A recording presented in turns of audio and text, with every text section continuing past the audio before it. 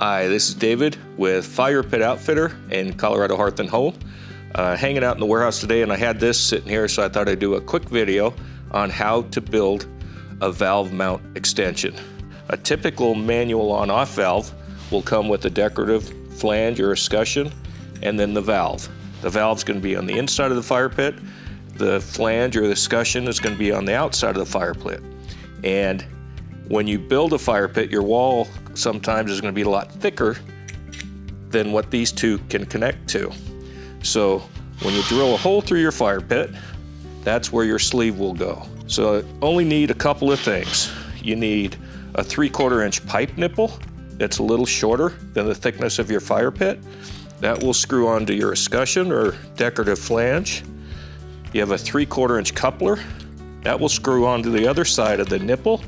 So you're going to thread that or insert that through the hole you've drilled, 1.25 inch hole, and the coupler is going to be on the inside of the fire pit, and the decorative flange will be on the outside. All that does is hold everything in place.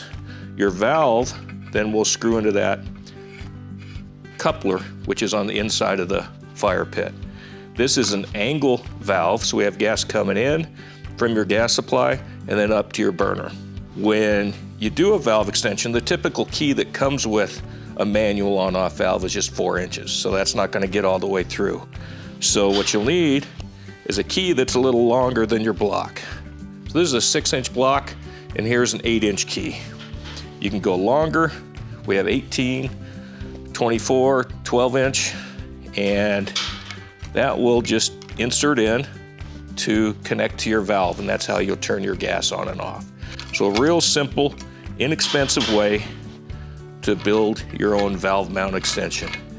Again, it's just a pipe nipple, a little shorter than the depth of your fire pit wall, and a 3/4 inch coupler. That's all there is to it. Hope that helps. Really simple and inexpensive.